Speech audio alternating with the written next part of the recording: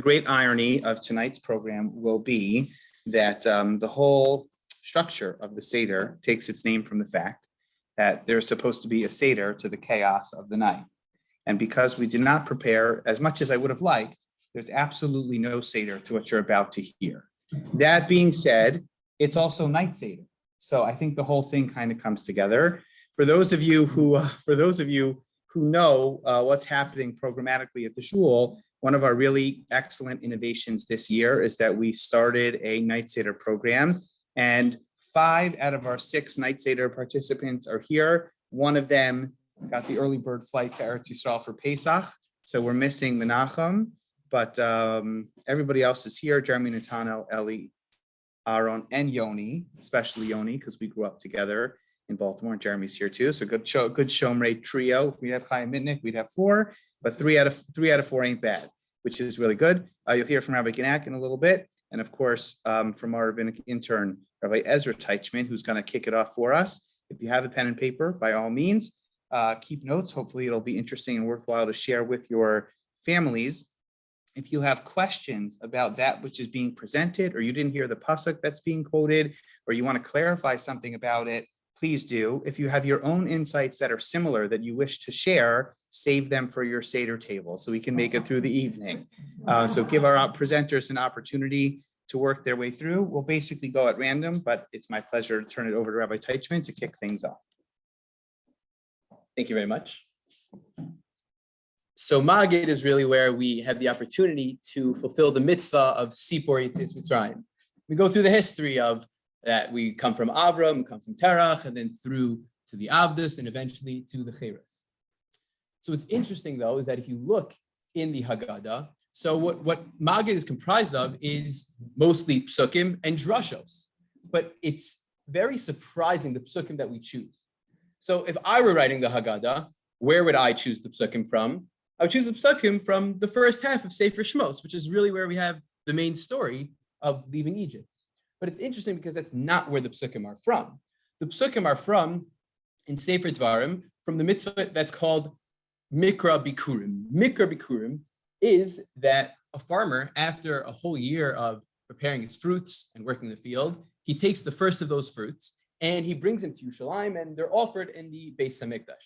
And then when he's there is a section of psukim that he recites, which is a shortened version of the history of pretty much the formation of the Jewish people from Avram, son of Terach, through eventually leaving Egypt. So the question is, why do we choose these seemingly random set of psukim, especially when there's a much easier set of psukim in Sefer Shmos? I heard a fantastic answer from Rabbi Daniel Kalish, who explains that in order to understand this, you have to look at Mikra Bikurim and really understand what that experience was. So you're a farmer, right? And you're working for months, for the entire year, many hours, and you're working very, very hard. And then finally, at the end of the year, you get your fruits, and you take the first of those fruits, which you're so happy about because you work so hard for them, and it represents your parnasa for the year. And you're walking up to Yerushalayim. And on that journey, you're on cloud 9. You're having like an amazing time. You're so happy, and it's so natural that you feel gratitude towards Hashem. You appreciate and have a karas hatov for what you've been given. So then when you get to the Beis Hamikdash and you hand the Kohen those fruits, so it's so easy and natural to then sort of jump from that natural feeling of, I'm thankful for the fruits that I've been given. And then when you're discussing through the history of the Jewish people, to really feel, oh yeah, I'm in such a state of happiness now. So, and I'm going to speak about the Exodus and that whole process. So I could really feel that much more because I'm feeling it. Rabbi Kalish explains that's what we're trying to do with the Seder. There's a challenge in the Seder. I've never been in Egypt, thank God. I was not a slave there. I've watched the 10 Commandments and the Prince of Egypt. They're great, but I've never been there. So it's not natural to feel it. I could speak about it, but to really feel that I was there, it's very difficult. So what we do is that we read the psukim of Mikra Bikurim. We remind ourselves of this time where someone took a specific thing that they connect to. They brought their own basket with their own fruits. And then through that feeling, that natural feeling of appreciation towards the Kadosh Baruch Hu, they took that and they could elevate that and connect to the history of the Jewish people, to the Chesed of Hashem of Yetzias Mitzrayim. So it's important for us to remember that at our own Sedarim, we could think of the times in our own lives where we were in Avdus and we were brought by Hashem to Cheres. And through doing that, we'll naturally feel appreciation, and hopefully we can take those feelings and feel as much as we can like we were in Egypt and we were freed from there. Thank you.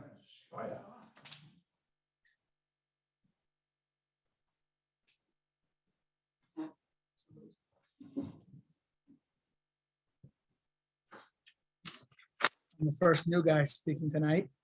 My name is Ellie Morel. I'm living in the night call here. All right, so one of the things they told us not to do in the YU public speaking class is you can't start with a joke if you don't know the audience yet. So we're going to start with breaking that rule. The story goes like this. There's a guy and he's late to an appointment and he's circling around the area looking for parking. And he keeps passing the same area that he thinks is a spot, and it keeps being a hydrant over and over and over again. Anyone who lives in the city knows what I'm talking about. He keeps looking for that spot and he has fun. Anything, he's going to be late to the appointment. And the guy's circling around and around for 20 minutes, let's say. And then at a certain point, he looks toward the heavens and he says, God, I'm not a religious person, but my one, right now, I'm going to turn to you. I'm going to pray to you a little bit. Please help me find a spot. And he continues driving. And lo and behold, a few minutes later, he stumbles upon a wide open spot. He checks, there's no hydrant. He checks the sign. All the parking regulations are there. He looks toward God and he says, you know what? Forget it. I found one myself. It's okay. So while it's a cute story, I feel like there's an important message and an important takeaway. And it ties into something we say closer to the end of Magid, to the Dayenu part of the Haggadah. In the Dayenu part of the Haggadah, one of the phrases that we say is, Ilu, I'm going to read it inside, Ilu nasan lanu es mamonam, if God only gave us the spoils, the riches of the Egyptian people, velo kara lanu es hayam, and God didn't split the sea for us, it would have been enough. I think that's a pretty obvious and glaring question here. What does it mean it would have been enough that God didn't split the sea for us? The Jewish people were pinned between a completely closed ocean and the Egyptian army, ready to destroy them. They had no hope. They were crying out to God. What does it mean that it would have been a viable option to not split the sea? It would not have been Netzach Yisrael. There would have not have been the Jewish people. What kind of Dayenu is that if God didn't split the sea for us? So just to explain this idea, I want to mention something from the Maharal of Prague, who was actually the recent, before of Tzadok, was the subject of the Thursday night shir. That's a plug for the Thursday night shir. So the Maharal, yeah, no problem. I take Venmo or Zelle. The Maharal says in his commentary on the Torah, commenting on the Psukim, where Klal Yisrael are in fact in this little pickle, stuck between the sea and the Egyptian army. The pasuk states that Hakadosh Baruch Hu tells Moshe, "Ma titzak elai, why are you crying out to me? Daber al bnei Yisrael v'yisau." Tell the Jewish people to keep going, and we know what happened next. And Chazal, actually quoted by Rashi, make an inference from the pasuk. God tells Moshe, "Why are you screaming out to me?" We don't see Moshe in the verses crying out to Hakadosh Baruch Hu. Chazal say, and I'll read it inside. Here's the lashon. Lamadnu, we were taught. Shahaya Moshe omedu mispalel. Moshe was praying. Amar lo Hakadosh Baruch Hu. Hashem says to Moshe, "Lo eis ata laharich batfila." To use modern day language, don't daven along Shemona Esrei right now. It's not time to be from. Sheyisrael nitzunim mitzvah. Because the Jewish people are in a difficult situation. Now, what I think that means is sometimes it's not the time to dive in such a long Shemona Esrei because you got to do your shtadlus. You got to do what you're supposed to do. You got to go. You can dive in all day, but who's going to work? Who's going to bring home the bread? To a certain extent, we got to do what we have to do in addition to praying. So that's what I would have thought Hakadosh Baruch Hu was telling Moshe. But the Maharal explains that it's not what Hakadosh Baruch Hu was telling Moshe. What Hakadosh Baruch Hu was telling Moshe is a person's prayers, and this is something that I never heard this before I saw this in the Maharal. A person's prayers are not answered until they're finished. You have to step the 3 steps back, so to speak, and then your prayers are answered. Now, at face value, I'm not really sure what that means. Okay, you have to finish. So why do you have to finish? Why can't God answer me in the middle of my prayer? What's the explanation of this Maharal? So Rav Yitzchak Hutner, who was the Rosh Yeshiva of Chaim Berlin, He has a sefer on Pesach called Pachad Yitzchak. So he explains that the Maharal is really hinting here at something very profound. Says Rav Hutner, God does not send us difficulties in life so that we can cry out. Prayer is not so that we just get rid of the difficulty. The difficulty is so we have the opportunity to pray to God. In a certain sense, and this doesn't explain every difficulty that happens to everyone, and it doesn't explain every trial and every tribulation, but there's an element that God gives us trials so we cry out to him, so we could be close to him, so we can have a relationship with him. Says Rav Hutner, if God were to answer you in the middle of your prayers, you'd stop praying. It would be counterintuitive. He doesn't want to stop that sweet sound of the Jewish people's prayers. He's going to wait till you're finished. But in this situation, God says to Moses, that sea has to split. That sea's got to split right now. You got to finish right now because I'm going to answer you.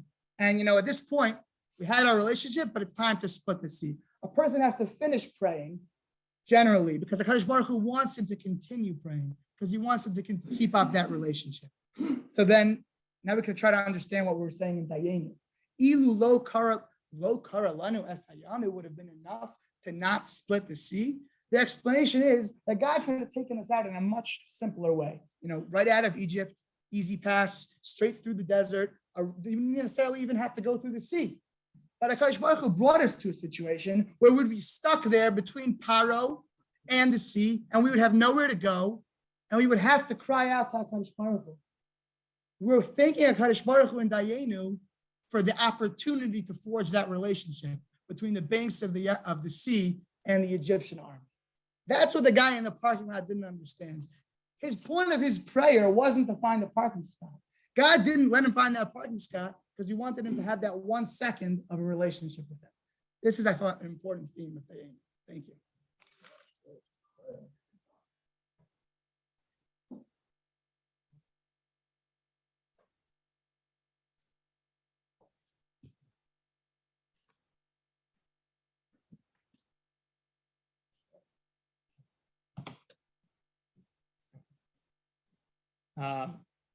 First of all, my name is Nathaniel Muscat. We're getting smicha. I think most of us are getting smicha in YU, and I currently work in DRS in the morning. B'rshus, Zerkin, B'rshus, Meganek, Mechashiv Chavrusa, Mr. Sondheim. I wanted to, the time of Pesach is a time where the Mesorah is front and center, a father to son, Rebbe to Talmud. So I wanted to say an idea I wanted to say over quickly an idea from my Rebbe Rav Rosenzweig. Of course, if you know anything about Rav Rosenzweig, there's a paradox in what I just said, but we're going to try to give over the ideas as quickly and as clear as possible. What I want to talk about was the nature of the Isser of Chametz. Right, we have this Isser of Chametz. You're not allowed to, you're not yet. We're going to define a little bit. What's it all about? What is it teaching us? What can we learn from it?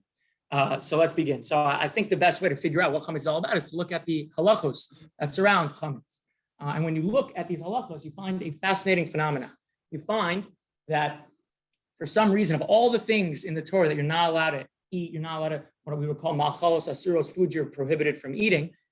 For some reason, by chametz, the rules are particularly intense. We're going to prove that now. First off, if you eat chametz, you're not allowed to eat chametz. And what happens if you eat chametz? There's a sin. There's a onesh kares. Excellent. Kares. Okay, we have that in other places. It's not the biggest deal. It's a big deal. But it's we have not just the Isser kares, but you're also not allowed to benefit from chametz. You're not allowed to eat it, and if you eat it kares, you're not allowed to benefit from chametz. Okay, again, we have that. We have that in certain places. You're not allowed to benefit from a lot of different types of foods. But here's where things get a little interesting. You have something called Bal Yira, Bal Yimatzeh. You're not allowed to own or come in contact with chametz, a relationship with chametz. That we don't have. That if you have basar b'cholov in your house, you have meat and milk. There might be a rabbinic problem of keeping prohibited foods in your house, but the Torah telling you not to have it at all, where does that come from? So there's only one other area where we have such a concept, and that would be by avodah zarah. Avodah zarah. There's a pasuk lo savi toeva el beisach, and some say that means what? You cannot bring what into your house? You cannot bring avodah zarah into your house. Okay, so now we're starting to move from machalos asur, starting to move from a prohibited substance, something you're not allowed to eat, to already avodah zarah. We all know what avodah zarah is all about. More than that, bedikas chametz. is not only you're not allowed to eat chametz and benefit from chametz, and you're not allowed to have any sort of connection with chametz. You have to go on a search and destroy mission. You have to look for chametz and get rid of it. Where does that come from? The Kesef Mishnah says, where does it come from? It says we have such a concept. One other time, Avodah Zarah, when Klal Yisrael entered Eretz Yisrael, they went into the land of Israel, and they had break down the walls, and they had to find the Avodah Zarah and destroy it. We don't have that anywhere else, right? And I'll do you one more. We have something called a tarovis, a forbidden mixture, and the rules by the forbidden mixture, if even the tiniest amount of chametz falls into any mixture, that mixture is completely ruined. According to the Rambam, the rules, we're not going into the details, but the rules of this, about tarovas chametz, about chametz in a mixture, is actually more intense than avodah zarah. By min b'mino versus min b'sheino mino, right? The Rambam splits. We don't split by chametz. Okay, so what's that all about? How do we explain this? How do we explain the idea, that chametz? Now, again, independently, we have things. We have these in other places, but to have, again, the punishment of karas, you're not allowed to benefit from it. You have to search it out and destroy it. It's also, you have to burn it, right? It destroys a tarovis completely, and you can't even have any relationship with it. What's going on? So there's a famous shuvah from the Radvaz, right? Who says, what does he say? He says that what does chametz represent?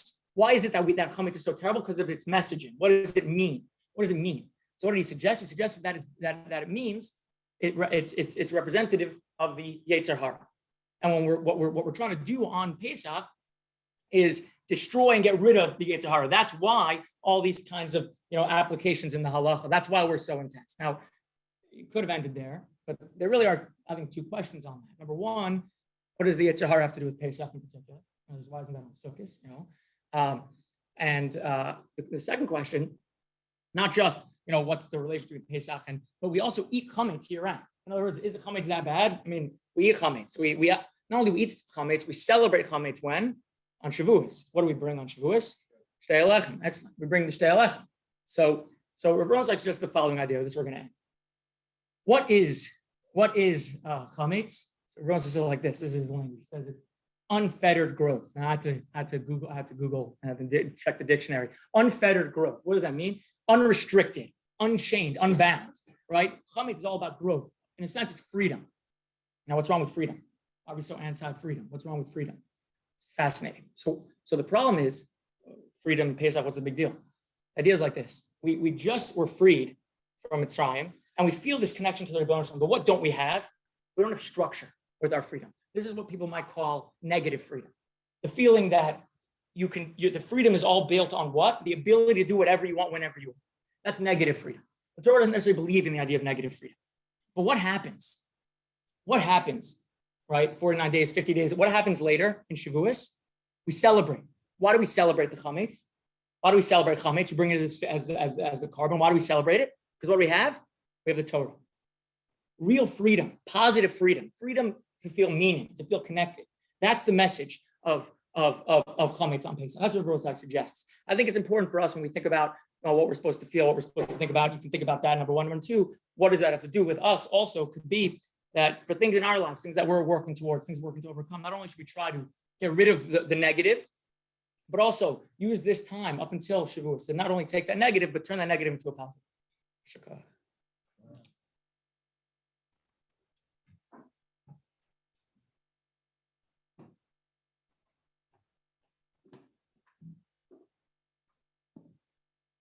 My name is Aaron Schwartz-Messing. I come here every night and Monday through Thursday, and it's very, very nice to be here. And I invite you guys to come also and learn along with us on Monday through Thursday, 8 to 9:30. It says towards the end of Magid in the Haggadah, something to the extent of the following: Chayev Adam liros es atzmo ki ilu hu ba'atzmo yatam mitzrayim. A person has an obligation to see himself as if he personally left Mitzrayim. That's a statement that bothered me for many years. And basically the entirety of the Seder really bothered me for many years. We're really, really harping on this idea of Yetzias Mitzrayim, and it's such a big miracle, and we're so grateful for it. But how exactly is that relevant to me in my life? It may be true that had my ancestors, thousands of years ago, not left Mitzrayim, that maybe I would still be a slave in Egypt. That might be true. It's also true that there are many other things that happen to get me to where I am today. For example, I have two parents. Each of those parents have two parents. So we have 4 grandparents, 8 great-grandparents. If you go back 50 generations, I plugged this into my calculator a few hours ago. 2 to the 50th is about 1 with 15 zeros afterwards. I think that's an overestimate as to how many ancestors I have. I don't, probably not 1 with 15 zeros. But there are a lot of people that were responsible for me just being alive. Now, imagine if one of those people would have freak accident or gotten sick, died as a baby. I wouldn't be here. There were so many miracles that it took for me to be here personally today that I could be celebrating. So why are we so focused on this one event that happened 2,000 years ago? Why do I have to view myself as if I left Mitzrayim, as if this is so relevant to my life when it really appears that it's not? I think that the answer to this question really gets to the core of what it means to be part of Klal Yisrael, what it means to be Jewish. I heard Rav Schechter quote B'Shem Rav Soloveitchik the following idea. We're used to referring to non-Jews as goyim. We use the term goy. Then the Rav says that's an inaccurate term to use. The word goy, meaning nation, comes from the word giviyah. Giviyah means a body. The Rav says that there's only one nation which is a goy. That is the Jewish people. We say in Shabbos Mincha, Mi ka'amecha Yisrael goy echad ba'aretz. Yisrael is the only goy, meaning Yisrael is the only nation for which all of the members of the nation are really considered one entity, one unit, just different parts of a single whole. Whereas the other nations don't have that quality. They're considered mishpachos ha'adama. It's a phrase that we know from Aleinu. They're just considered families that happen to live together. They happen to have a connection to each other, but they're not considered one unit. This idea that we're all really considered one unit, part of one whole, explains a lot of puzzling and problematic things that we find in Judaism. For example, many thousands of years ago, there was the Haggadah Roundtable, right? The sin of the golden calf. Chazal say that for every catastrophe that happened to the Jewish people, every tzara that happened to the Jewish people, part of that is us paying for that sin, paying for the golden calf. The problem with that is that I did not worship the golden calf. That didn't happen, right? And there's a principle that children are not punished for their parents' averos, and parents are similarly not punished for the children's averos. Yet that doesn't seem to be problematic that all of us are currently being punished for the Haggadah Roundtable. So the question is why? But if we view ourselves as part of a whole, of a single entity called Klal Yisrael, right? Then it begins to make more sense.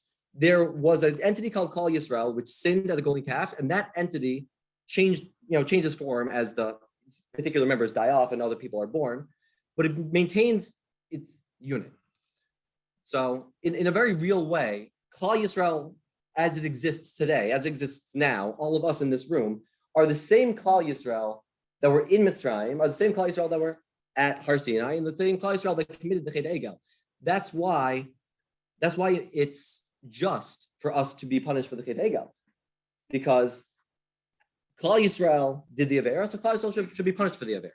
So on a very real personal level, each of us carries simultaneously two different identities. We are our own individuals, but we're also Yisrael, the same Klal Yisrael as in Mitzrayim. This also finds expression all over Tanakh. All over Tanakh, Hashem speaks to Klal Yisrael in let's say a singular form, but also invokes things that happened in the past. For example, there's a pasuk in Yirmiyahu. Hashem is talking to the Jewish people and saying, "I remember when you guys left Egypt, and you were so great, and you had so much emunah, and now look at your sorry state." And when you think about it, he's speaking to a group of people who lived hundreds of years after Yetzias Mitzrayim. Like, what do you mean? I wasn't there. You're talking about Yetzias Mitzrayim? Like that wasn't me. The answer is it is, because the unit of Klal Yisrael existed then, and the unit of Klal Yisrael exists now. So circling back to our original question, why is it that we have to view ourselves as if we personally left Egypt? And so the answer is because we did personally leave Egypt. Because I'm not just Aaron Schwartz-Messing, I'm also Yisrael. So in a very real way, I was in Mitzrayim and I left Mitzrayim as well. It's almost as if a person, let's say a person like has amnesia. So halfway through their life, they lived, let's say, this half of a life and they don't remember any of it all.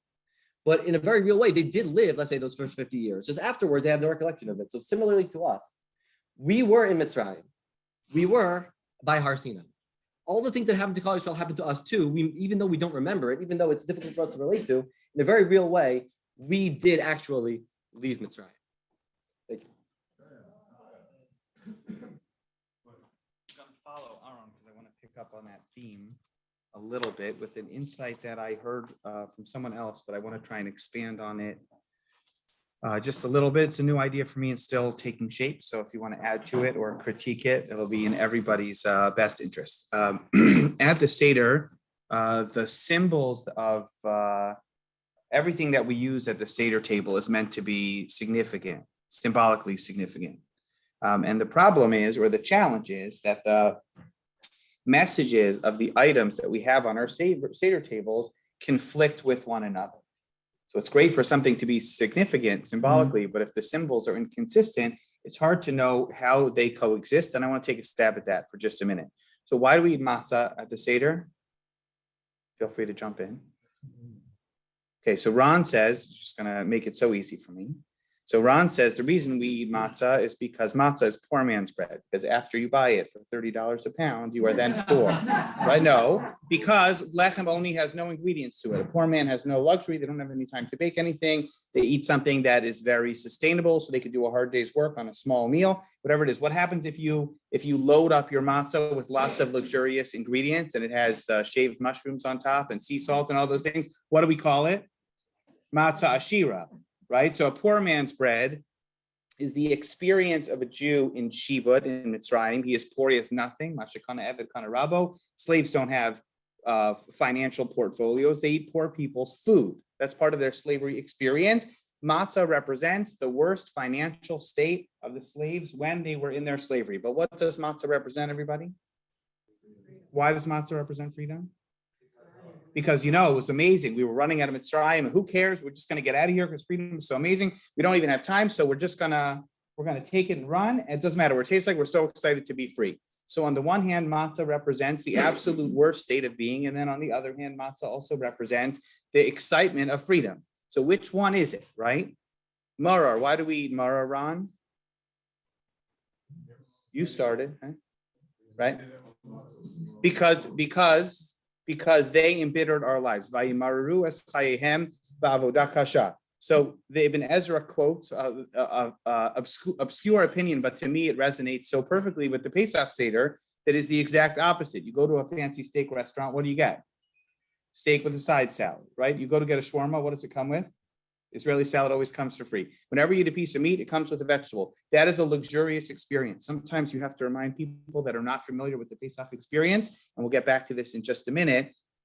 The goal of all of the items on the Pesach table is that they go perfectly together with one another. So there's going to be some kind of carb, and there's going to be some kind of protein, and there's going to be some kind of vegetable. It's a luxurious experience because it's a meal that has lots of different components, and one of them makes it better. So this is an expression of the royalty of the Seder, while it also represents the bitterness of the slavery. What does charoses represent? Mortar, because we want to think back to how back-breaking the labor was. We had to make everything by hand, and we're building pyramids for that we won't be able to benefit from, et cetera, et cetera. Or someone else will give us our Torah at the Seder, and they'll say the fruit reminds us of the beautiful psukim and shir hashirim and the romance of Jewish couples, building Jewish families. It's like, how do these symbols coexist with one another? They're so perfectly designed to conflict with one another. But what about the Korban Pesach? So what's the Korban Pesach? It's a sacrifice to Hashem that we brought in this amazing moment. It represents freedom. It represents protection. It represents faith. It represents initiative. It represents all these good things. Anything bad about it? I don't think anybody said anything about the Carbon Pesach that represents, that something terrible like the other ones do. It doesn't represent our poverty. It doesn't represent our servitude. It represents our moment of freedom. That seems to be, and it was Pesach, absolutely. That was the key element. So keep that in mind, that there's one piece of this that seems to have a single definition. Sheldon?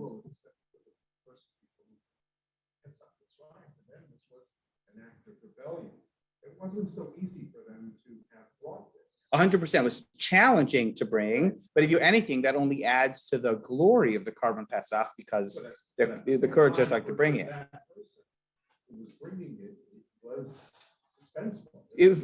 Agree, 1000% agree. So keep that in mind. Carbon Pesach seems to be the anomaly where all of the symbols have these dual meanings. The Pesach is its purest in its purest form.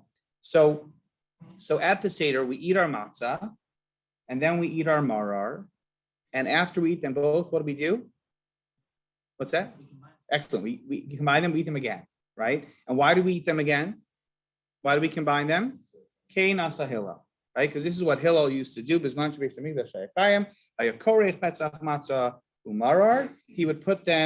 He would put them all together, and then the Haggadah quotes psukim, a pasuk from the halachos of Pesach Sheni, from Pesach Sheni, which is itself very unusual. The proof that Hillel had that all of these items should be eaten together, al matzos umrorim yochluhu, is a pasuk about Pesach Sheni, not about Pesach Rishon, the second Pesach that's brought for those who are ritually impure.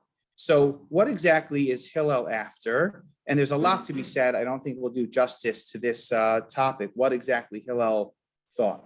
But what happens historically is after the Beis Hamikdash is destroyed and the Carbon Pesach can no longer be brought, so everyone agrees that you can't eat matzah and maror together.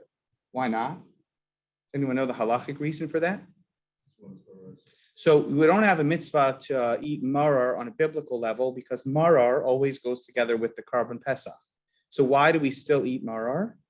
Zeichel HaMikdash, right? Because we want to remember that we did. You can't do a meat Zeichel HaMikdash. That's too dangerous of halachic territory. So that's why there's no roasted lamb at the Seder Bisman Hazeh. But the maror is only a rabbinic obligation nowadays, as opposed to matzah, based on the structure of the psukim, that there continues to be a biblical obligation to eat. Okay, well, so why can't you eat them together? One is d'oraisa, one is d'rabbanan, so they're both mitzvos. What's the problem? Maror is supposed to taste bitter, and when you eat matzah and maror together, the maror is less bitter. And if they're both biblical obligations, then maybe it makes more sense for them to go together. And if one is a rabbinic obligation and you can't really taste it because of the matzah that you're eating, so then you're not going to fulfill the mitzvah properly. They have to be separated. So the suggestion that I heard that I think is very, very beautiful and very creative is, and this may conflict with the way the Yerushalmi understands the whole sugya for transparency purposes, but I think the symbolism of it is very beautiful, which is as follows. When all of the items of the Seder go together, which is when you have a Carbon Pesach. So everything is tied to the Carbon Pesach. It is the main course of the meal, and everything goes perfectly with it, right? You want to have it with bread, you want to have it with vegetables, you want to have it with the charoses. The bitterness is less bitter because it's combined with something rich, and all of the symbols feel rich.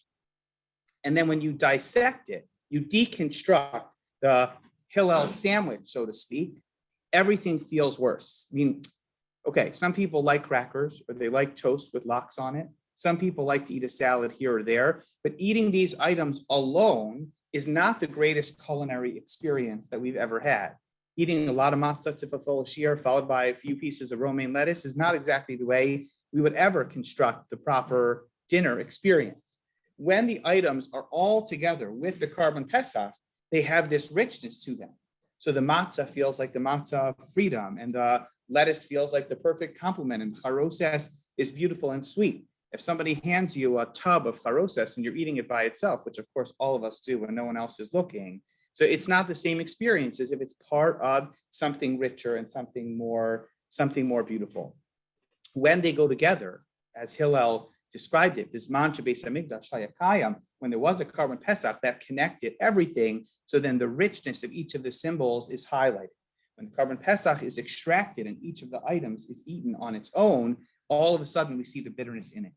The truth is, anyone who's gone through a difficult experience in life knows that sometimes you look at some experiences in life as the most beautiful experiences, and sometimes you look back at those same things with more of a trauma kind of lens. It depends on what you've gone through, what it reminds you of. The idea of the dual experience is reflected in the Chorban of the Beis Hamikdash. The absence of the Karban Pesach clouds the way that we see everything at the table. We know that there's a beauty and a richness to it, but it's hard to feel it because the Karban Pesach is missing. And all of a sudden, this more, difficult memories start to rise to the surface, all because the Karban Pesach is absent. So I was thinking about this idea. I remembered a very beautiful insight from the Chassam Sofer, whose comments on the Haggadah are found in his commentary on the Torah. And anybody who's learned with me now for the last couple of years knows I quote the Chassam Sofer almost too often. I think that's impossible. But my love affair with the Sefer began when I found out that there was a Haggadah in the beginning of the second volume, and it was surprisingly accessible. And since then, I've gone to learn it on Chumash as well. So Chassam Sofer has an amazing idea which ties all of this together, which is exactly what Hillel is trying to do. The pasuk says in Mishlei, we learned this pasuk in Mishlei back during the COVID days on Zoom. Shlosha ela nifleu mimeni, ve'arba'a lo yidatim. Shlomo Melech says there are three things. Shlosha ela nifleu mimeni. Three things that were too complicated for me to understand. Ve'arba'a lo yidatim. And there's four things I don't know.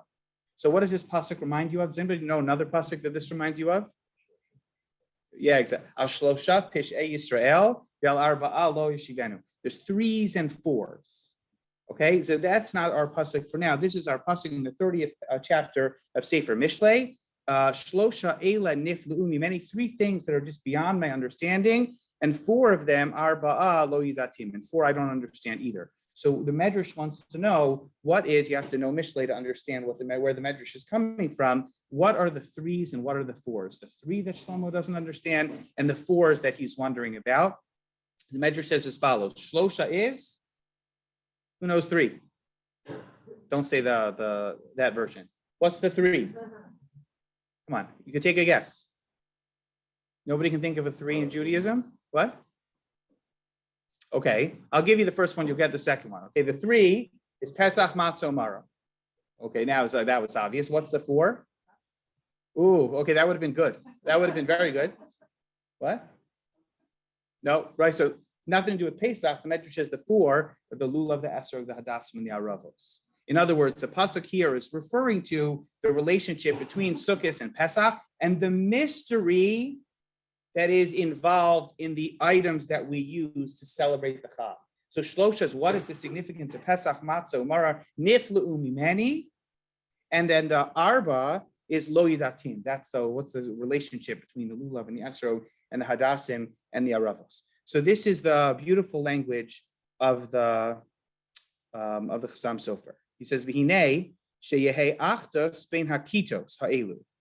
He thinks that, when we think about the four kinds of people that are symbolized by the Daled Minim, so the Chassam Sofer says we should think about Pesach, Matzah, Umarar as three different kinds of Jews as well. Tzadikim, Beinonim, Rishayim, something like that. He says, V'hinei sheyeh achtos bein hakitos ha'elu. In order for there to be unity between three drastically different kinds of characters, kashem me'od le'manhig leha'achirosam. It's very hard for a leader to bring them together. The reason unity is so difficult, you lock a bunch of people into a room who see the world totally different from one another. The problem is that everything that they think about differently. That's why they can never get along. The leader who brings all of those people together needs to be incredibly humble and incredibly patient.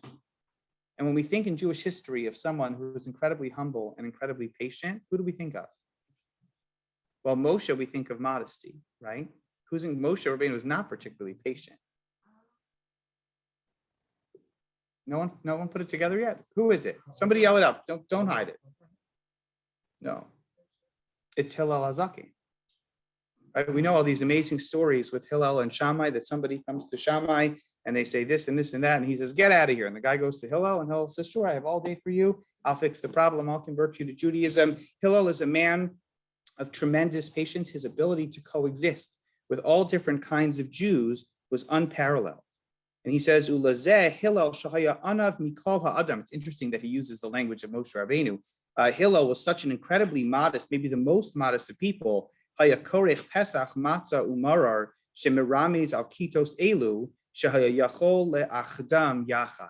Hillel was uniquely gifted in his ability to bring Jews together, to welcome Jews that were different into a room of people that were very different than them. Hillel himself was brought back to his Jewish observance by the fact that others were willing to bring him in, even though he was different than them. That's the gift. That's the gift of Hillel. That's the gift of bringing all of this together. When the metaphor of Pesach, Matzah, Umarah, representing what? The ability of people to come together. When things are together, they're much sweeter. If the matzah and the marar and the charoses are missing the carbon pesach, there's nothing to bind them together. Each of them is bitter or difficult or darkened in their own way. And with the carbon pesach, they all come together. Hillel says, if you have a carbon pesach, you have to be korech. You have to put everything together, because that was something that he was uniquely suited for. When there's a chorban, Beis Hamikdash is destroyed. The second Beis Hamikdash is destroyed because of sinas chinam, because people can't get along with one another. And then there's no Beis Hamikdash, and then there's no carbon pesach, and the unity of the Jewish people completely falls apart. And so Zecher LaMikdash, we say Kena Sahilo Bisman Beis Hamikdash Kayim. And what pasuk do we quote? A pasuk from Pesach Sheni, which does what? It takes a person who was ritually impure and not able to participate, and they stand before Moshe Rabbeinu and they say, it's not fair. Why can't we bring the carbon pesach with everybody else? B'toch b'nei Yisrael. Who is the person who unifies the Jewish people? Hillel. That is his gift. That's his skill set. He understands the value or the essence of the carbon pesach to bring Klal Yisrael back together. When there's a carbon pesach, everything is united. When the mikdash is gone and the pesach is gone, the unity is missing. The Jewish people are spread throughout the world. And therefore, the symbolism of the carbon pesach is the unity that it offers for all the different kinds of Jewish experiences. Hillel is the character who unites the Jewish people more than any other. And while the Chachamim disagreed with him, Hillel said, if all of these things are to themselves, they're bitter. And if we bring them together, we'll feel the richness of Pesach.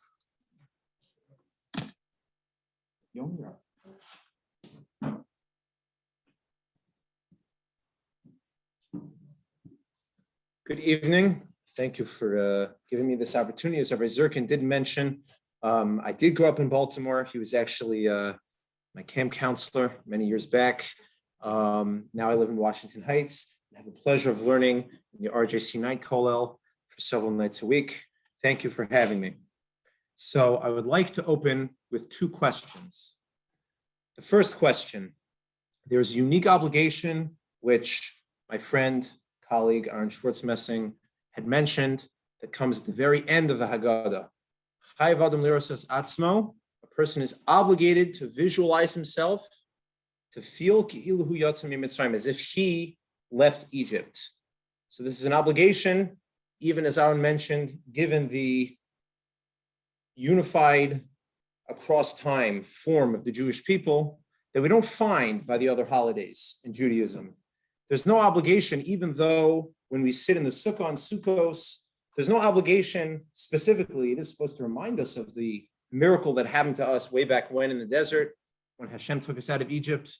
But there's no specific obligation to say, I'm going to sit in my Sukkah and I'm going to imagine myself traveling in the desert as if right now I'm traveling in the desert with the rest of the Jewish people. There's no such obligation.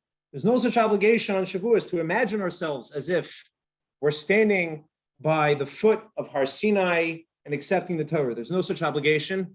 Both of the aforementioned examples happen to all of us, our entire people, but by Pesach, this holiday, we find a specific obligation to visualize ourselves leaving Egypt. So why is that the case? That's question number one.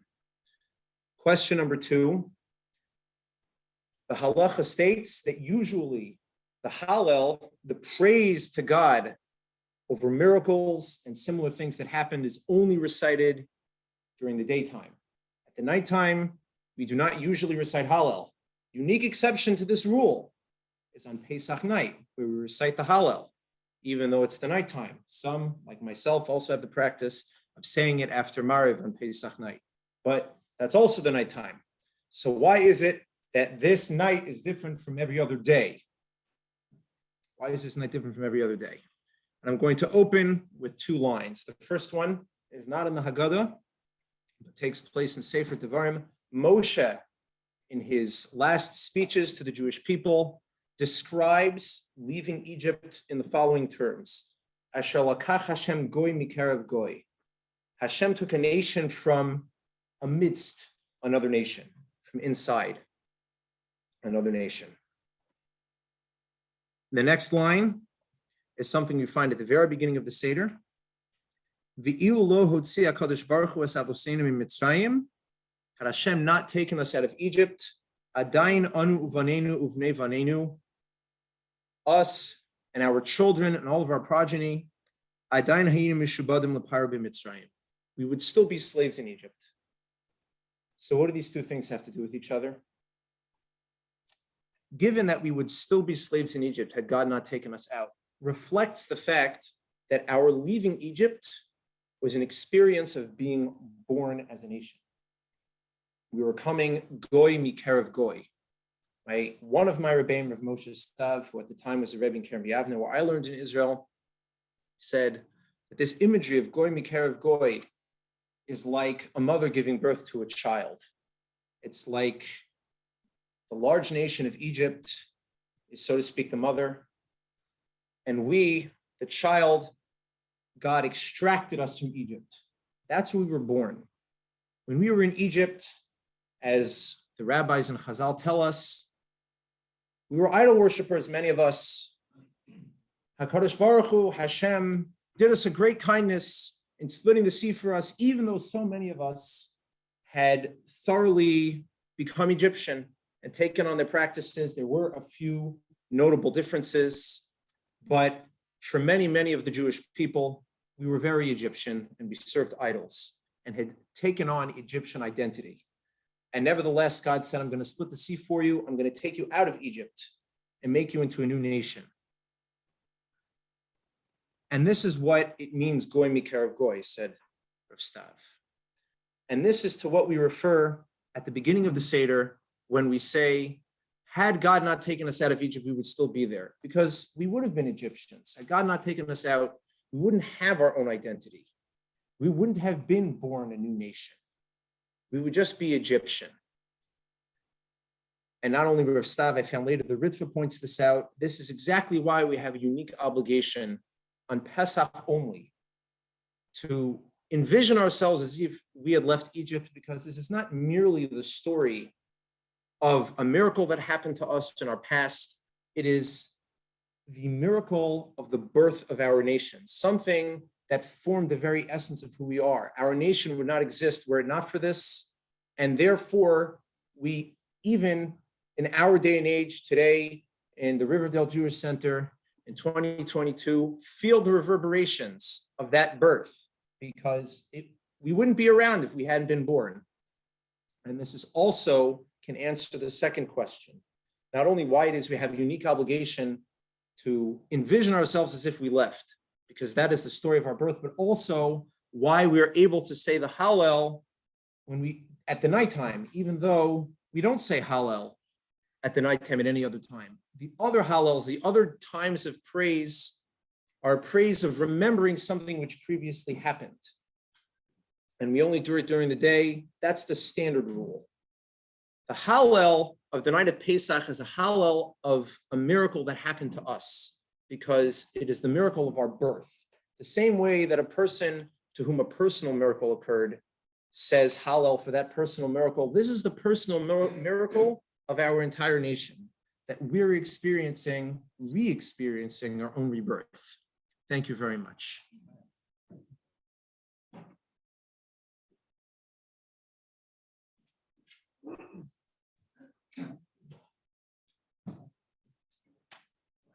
Hi, everyone. My name is Jeremy Teichman.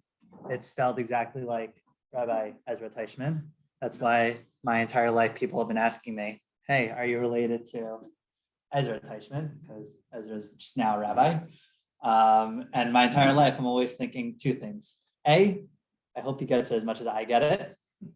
And secondly, it'd be really convenient if I could just say yes.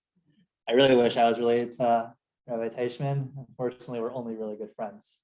On that note, so the reason why I'm speaking last is because Rabbi Zirkin asked me to speak about Afikomen. And some of the halachas about Afikomen, maybe not as familiar. Afikomen, it's the end after our Shulchan Aruch. After eating a meal, we eat a kazayas. Some of the poskim encourage us to eat 2 kazasim of matzah. We eat it while we lean. The reason why we do it is not for the matzah itself, but really it's a zecher, it's a commemoration to the Korban Pesach that was eaten after the meal al hasova, when we're already kind of full. Not fully full, but pretty full. That's also the reason why you're supposed to eat it before chatzos, the halachic midnight, which is the end of when you're allowed to eat the Korban Pesach. Now, the halacha that everyone, or not everyone, but a lot of us are familiar with about the Afikomen is that it goes last. Ein maftirin achar Pesach Afikomen. That after we eat the Korban Pesach, you don't eat a dessert, an Afikomen. Now, it's very familiar to us, I think, because it comes at the beginning of the Haggadah. When does it come up? It comes up when the Chacham asks, he asks, Ma ha'idus ha'chukim ha'mishpatim asher siva Hashem Elokecha nascha. What is all these rules? What are all these commandments? These eidos, these chukim, these mishpatim, that God commanded all of us, all of you. And we respond to him with a very interesting answer. Hard to understand how it even answers the question. We answer him with Hilchos Pesach, and the halacha of all of Hilchos Pesach that we quote is this halacha: Ein maftirin achar Pesach afikomen. That the Korban Pesach is the last thing that we eat, and we don't eat anything afterwards. And just about every Haggadah asks at least these 2 questions. If he's asking a question of why do we do these mitzvos, why are we just quoting to him a halacha about Korban Pesach? It doesn't seem to answer his question. And secondly, why this halacha altogether? It's pretty random. So what's the reason for this halacha? The Rambam, in his Mishnah Torah, when he explains this halacha, he gives a reason, something he doesn't typically do, but here he does. The Rambam says, because typically, this is the reason why I'm speaking, when you want to leave with a good message, when you want to stress what the most important thing is, you leave it for last, right? That's my self-promotion. That it's the last licks. The Rambam says that the achilas Pesach, zohi mitzvah. That is the mitzvah of the night. And of course, it's not just the eating, but it's obviously what the eating represents. So what does eating the Korban Pesach represent? Why is that the last licks, pun intended? Why is that the most important thing that we have? We want to lay, the Rambam says we want to leave that taste, that flavor in our mouth lingering from this Seder to the Seder next year and keep it with us all year long. Why is that the most important thing that we want to take with us? So I want to give a suggestion. In the Haggadah, we say the reason why we eat the Korban Pesach is to commemorate, I'll quote it for you, Asher Pasach al Batei B'nai Yisrael b'Mitzrayim, that God skipped over. I picture like a little bit of a game of duck, duck, goose. God said okay, you guys are Jew, Jew, Jew. God passed over all the Jewish people's houses, B'nagfo as Mitzrayim, B'nagfo as Mitzrayim, when he was afflicting the Egyptians during the Makas Bechoros, killing all the firstborn sons. Ves Batenu Hitzion, we repeat, that God saved us, our homes, our families. And as a result, the pasuk continues, and we praise God and we bow down to God in thanks and appreciation of this miracle. Sheldon already started to refer to it. Why did God, yeah, I got you, I listen. Why did God pass over our houses? What do we do? Because we took the Egyptian god, the lamb, one of their gods at least, we slaughtered it and we smeared the blood in the most public way, in the front of our house, all over the doorposts. That's why we do mezuzahs, to commemorate that. we showed them, we showed ourselves, and we showed God, God, we're on your team. We want to be your nation. We want you to be our God, not those gods down there on four legs, not the Nile, not the sun, only you. And God reciprocated. Asher Pasach, God passed over our houses and saved us. And this is what Yoni just spoke about. That's the moment in the story of Mitzrayim where it became cemented that we were now God's nation and that God was our God, our Father, and Shir Shirim, our spouse.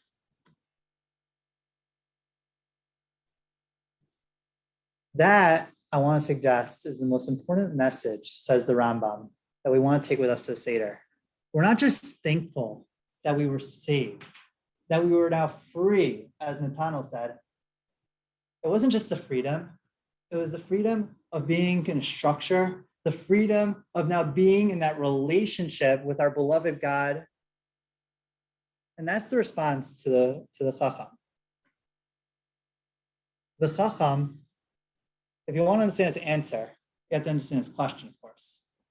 I want to suggest my own idea. I hope it's true. The Chacham asks, Ma ha'idos v'achukim v'hamishpatim asher tiva Hashem Elokeichem aseh.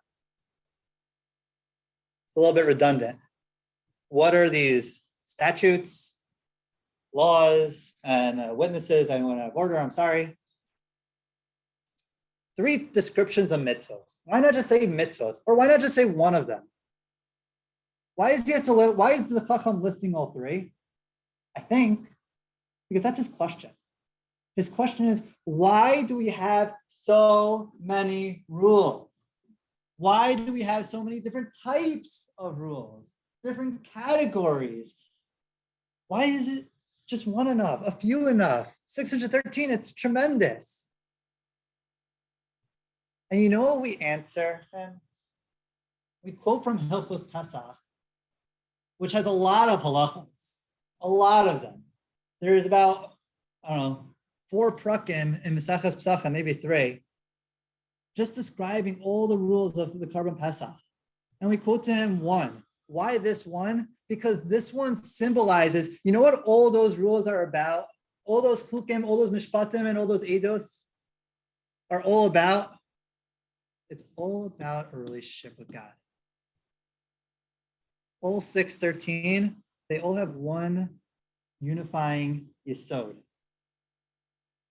That we were commanded, and that means that we were invited into that relationship with God, where we get to be his people, and we get to do his will, and spread his values to the world around us, and to all the other nations in the world.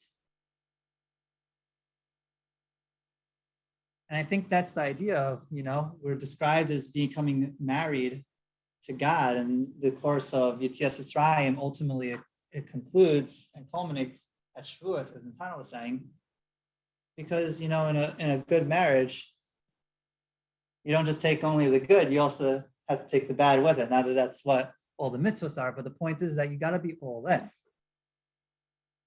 A relationship, at least a good one, involves everything.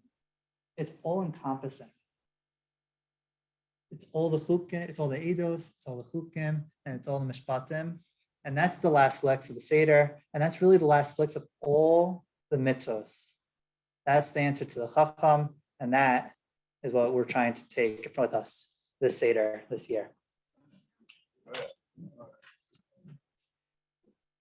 I don't want to actually, I'm not sharing a real Dvar Torah because it wouldn't be appropriate. So I just want to reflect on the experience. As we're listening to Talmidei Chachamim who spend their days studying Torah, days and nights, studying Torah in a base measure surrounded by Sfarim. We're surrounded by Sfarim. And we always feel so blessed when those Sfarim come off the shelves. And like we're here listening to the Torah. we're surrounded with Sfarim that are open and engaged. And as we're together listening to these Divrei Torah about what is meant to be the most exalted night of the year, I'm reminded of a Dvar Torah that I shared with my students today. Rav Kook writes in his Olas Re'iyah, which is his Sefer on Consider, he observes, he reflects on the experience of matzah the night of the Seder. So we eat matzah twice during Seder night. There's the first one during Motzi Matzah, and the last one is Afikomen Safra. And experientially, these two mitzvahs are very, very different. And halachically, they are opposites. Experientially, you're at the end of the Magid, you had 2 cups of wine, took a couple of sips of your first one and your second one, right? So you're ready to eat. And so I'll tell you, as a yeshiva bacher, so yeshiva bacher are all very strict about how much matzah they eat. Am I right? Right? We try to have a lot of matzah, and you don't know what your kazayas is, and the Shulchan Aruch says you're supposed to have 2 kazayisim, and there's big machlokas how large a kazayas is. So we have a lot of matzah. So we're very strict in the mitzvah of achilas matzah. By the time you get to Afikomen, people are not so strict how much matzah they eat anymore, because you already had a lot of matzah. You're really, really full. They're very different, and halachically they're opposites in that the Afikomen is meant to be eaten when you're full, ala sova, and the matzah at the beginning of the Seder is meant to be eaten when you are specifically hungry, so much so that you're not allowed to eat in the afternoon of Erev Pesach, because the Mishnah says you're not. It's the first Mishnah of the 10th parak. You're not allowed to have a meal on the night of Pesach, on the afternoon before Pesach, because you want to go in hungry. And the Yerushalmi says that you're not allowed to eat matzah for a full day beforehand, and we like to extend that, many among us, either until Rosh Chodesh or until Purim, that we don't eat matzah. So we're really hungry, we get to matzah. Your first matzah, you get it, you're ready, and you're focused, and then you get to the Afikomen, and then you're like zanged, right? You're done. Experientially, they're completely different. And Rav Kook writes something unbelievable. It's very counterintuitive. He says the mitzvah of matzah that you do at the beginning of the Seder is the mitzvah of is the performance of the mitzvah of matzah through the nature of humanity, through the nature of the corporality of people, that we're hungry. So we use our hunger to perform the mitzvah. And he says, if you look in the Gemara, that seems to be like the highest level. But he says, really, he says, when you get to Afikomen, you're distilling the mitzvah, you're distilling it such that you're beyond the corporality of humanity. It's just, you're not even hungry. The mitzvah is to eat. And you always, when you eat something, it's always because you're hungry. The mitzvah to have a suda on Yontif, because you want to enjoy the Yontif. All those are mixed in, and they're part of our experience down here. That's not what the Afikomen is. Afikomen is at the end of the Seder, he says, Cook says, we're meant to have been transformed into different people, almost like angels. How would angels eat matzah? They would eat it ala sova, or they would eat it l'teyavon. They would do it because they're starving, or angels would eat matzah because they don't need it anyway, but that's the mitzvah. They would eat it because they don't need it anyway, but that's the mitzvah, right? Ala sova, like the Afikomen. Afikomen is the mitzvah when people become angels. That's how we perform that mitzvah. And as I was listening to all of our Divrei Torah studying together with us, I'm reflecting on my own experience at the Seder, and I feel like it's a challenge because I don't find the Seder transformative. I think it's a wonderful, rich, exciting, multi-layered experience, and it is spiritual and it is elevating, but I'm not a different person after it. The way Rav Kook is describing, and Chayiv Adam Liros is asu you see yourself as if you left Egypt, as we all discussed. It's supposed to be so much more than I experienced. I had the privilege of learning last week with the Radziner Rebbe. So the Radziner Rebbe is a fascinating figure who I've gotten to know recently a little bit. Radziner Rebbe, he lived. What's that? What's the other option? It can be in 2 countries in 1 day. You've seen in Israel in the morning and you've shared in New York in the afternoon. I got him right from the airport. Yes, that Razina Rebbe. So he was telling me we were learning Pri Tzaddik on the Haggadah, and he was just describing how in his home in Chasidus, how the Seder is so much beyond the halachos and the magid. He said something unbelievable. He said, did you know that in Radziner, they don't drink 4 cups of wine? They drink 5 cups of wine. I'm like, is that mutter? I don't know. You drink 5? Yeah, it's not mutter, right? But he's the Rebbe, so I said, okay, he's the Rebbe. It's meant, but there's so much more. It has to be distilled. The experience needs to change us. And as I'm leaving, the Seder is just a couple of days away. I take our experience tonight as a challenge to somehow raise myself, and I hope each of us can stand up at the end of the Seder and say, we're not exactly the same as we were before. If only we could all say that. The Shana Haba B'Yerushalayim. Yashir. Thank you, everybody, for joining us tonight. If you want to get to know our Chevra for Night Seder, in a few minutes until 9:30 Maariv. And of course, always welcome to join us anytime. Bring a chavrusa. Come join us for Night Seder. Shabbat to everybody. Thanks very much.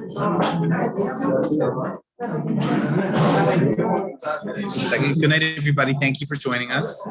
And Chag Kasher V'Sameach to one and all.